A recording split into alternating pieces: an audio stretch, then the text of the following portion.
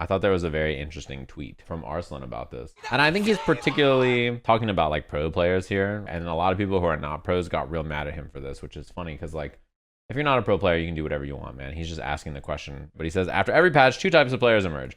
Those like me who adapt to the meta by playing strong characters, right? He's saying, so like when a patch comes out or the game updates, I will pick who is strong in the game. Now, he isn't without restriction. In the last version, like Fang was like the best character, right? But he didn't play Fang. He played like Nina. 𝗬𝗏 is not out here playing Fang Wei and Dragunov. These are ugly men that 𝗬𝗏's never gonna pick, okay? He picks the MILFs. He already tweeted this himself. He picked Kazumi, he's played Kunimitsu, he plays, you know what I mean? Like, this is how he is. The best way to do it, IMO, if you are a pro, is to pick the best character that fits your style or that you enjoy. Because if you don't enjoy the character, I think it's hard to stomach playing them all the time. You tend to like get frustrated by their faults more than like finding solutions. The second category is those who wait for buffs for their favorite characters. And he says, why do pro players who earn a living from gaming struggle to switch to meta picks, loyal or strategy? He's asking people who like are actual pro players who play the game for money, why don't you swap? 𝗬𝗲 answered, right, which I think is cool. He says, I'm going to assume it's mostly loyalty with part strategy.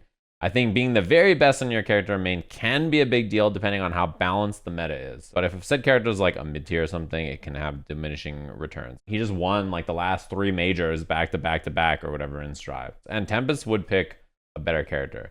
𝗬𝗲 played Mei and then swapped to Leo because 𝗬𝗲 thought Leo was better forever ago and like has picked and counterpicked other characters in tournament. If Leo got shot to death, 𝗬𝗲 would just swap. That I'm sure of it. Super Akuma, strategy. I pick who is the best for me, which I think is a good way to think about it. I don't believe my character is the strongest, but that I am the strongest with my character. Character who fits you well, you want to be the best with that character and then optimize it and then obviously try to be the best overall, which is I think what most people do, right? Like as an example, if Zangief was the best character in the game, how many people are going to swap to Zangief? You have to have a specific understanding of how to play grapplers to swap to him, right? And so you can learn it, but most people would not swap to that playstyle because it's just not a playstyle they know how to play or enjoy. Cuddle says, it's as simple as people picking who they enjoy a lot of the time. I personally don't wait for buffs or even think about it. I make the characters I like work. Yeah, most people don't play. Like a lot of the pros are like pros for hobby. There's not a lot of people who play full-time. And even if they are full-time, they play the characters they enjoy. Kind of replied in French. I don't know what this says. I choose my characters by feeling.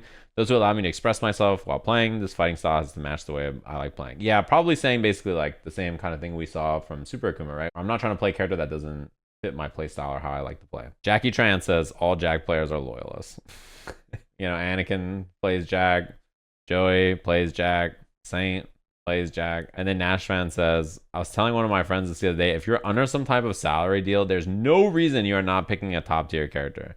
Nobody cares about character loyalists in reality. Don't limit yourself for clout. Pick a top tier. I think that the objective is pick a strong character that you believe in. Important that you believe in the character because if you don't believe in a character and you play them, even if they're strong, you're going to have a bad time. I think it's also interesting because in fighting games, there is a stigma about like swapping to the best character. When you watch Valorant or CSGO, no one's like, ugh, these pros are such tier whores buying AKs and M4s. If you go in and a pro player bought like a pistol every round, they would just fire his ass. They'd be like, this guy's not going to pick the best thing. Get rid of him. In League of Legends, when like the meta shifts and like picks are good, people are like, yeah, you should pick 𝗬𝗏 right now because he's really cheap because 𝗬𝗁 is really cheap. They would be upset if a pro player didn't adapt by picking the strong stuff.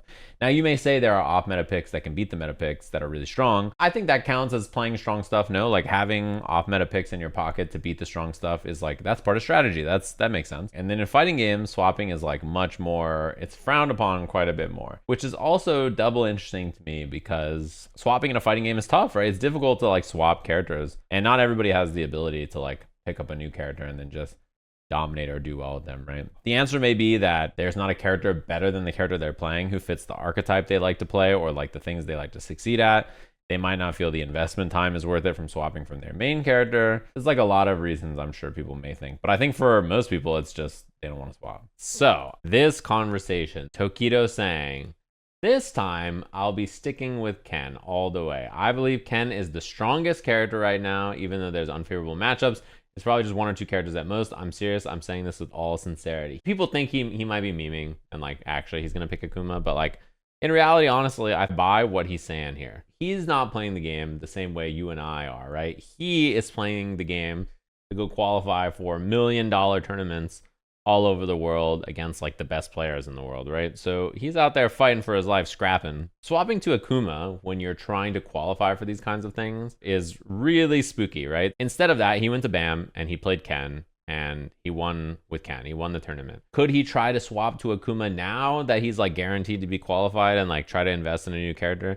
He could, but is his 2-month Akuma gonna be the same as his like year plus Ken play at this point? Probably not, right? And if he believes that Ken is a stronger character, then investing time in a character he thinks is weaker and a character that he thinks maybe is not as good of a tournament character, not as stable. I mean, I'm not surprised, right? It makes a lot of sense. I could see a world where Akuma is a better character on paper. I don't see a world where I think Akuma is a better tournament character. Ken is just more stable. He has more life to make mistakes with.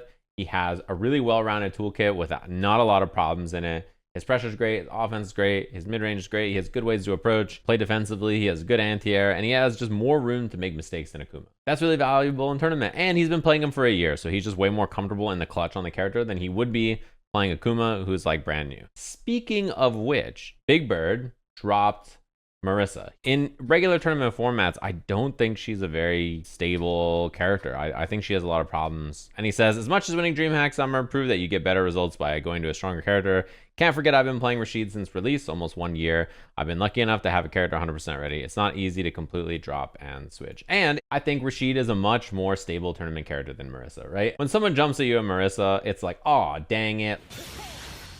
You got it. Oh, dang it. Oh, dang it. Oh, dang it. Oh, dang it. Oh, dang it. God damn it. Oh, dang it.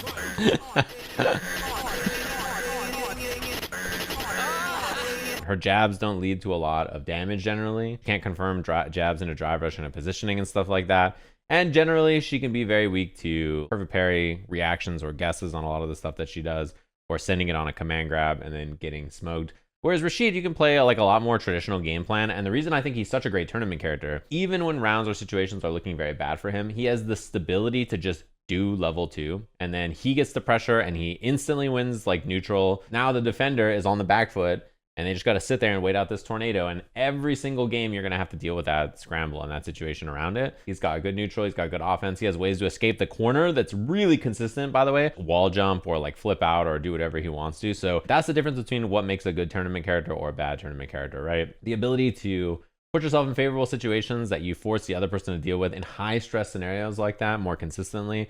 And the less you have to be put in that kind of spot. The way you think about Luke, the reason I think he was so powerful, especially as a tournament character in the last version of the game, is because he did one of 3 things, and it was stable, solid, and always good. He was throwing sandblasts, he was buffering crouching medium punch safely, half a screen away, or he was doing jump heavy punch to approach.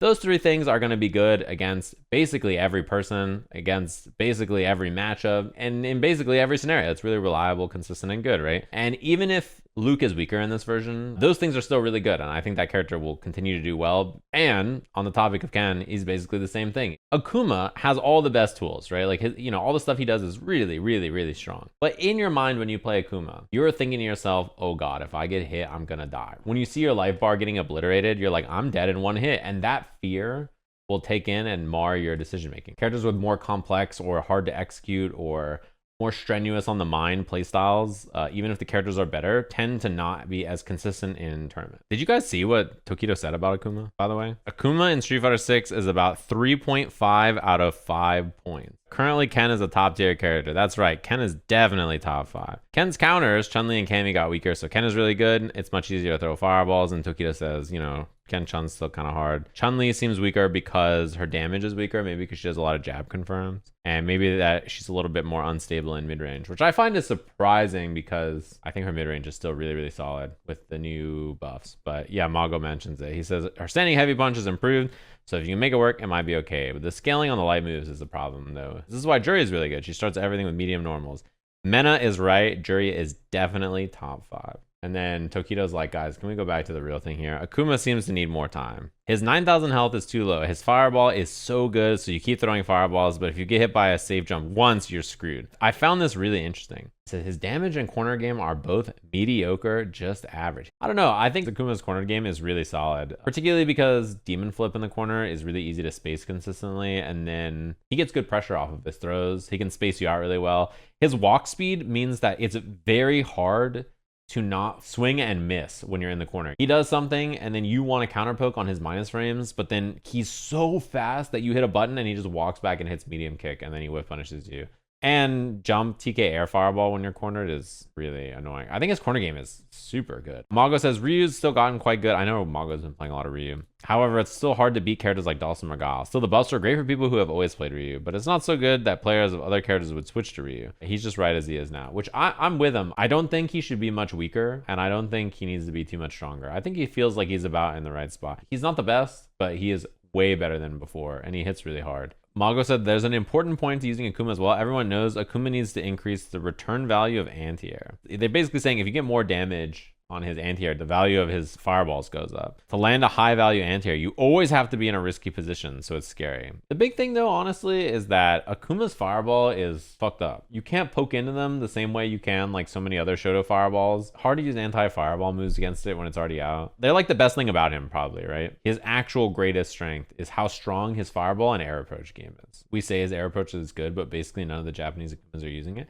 I wonder why. I think maybe they just all want to play fireball and anti-air game, maybe. I don't know. His air approach is so good. Akuma is a hard character to rate the value of. People are still solving all the best ways to play him. As an example, Ed's been out for how long now, and people just found all those new level 2 combos.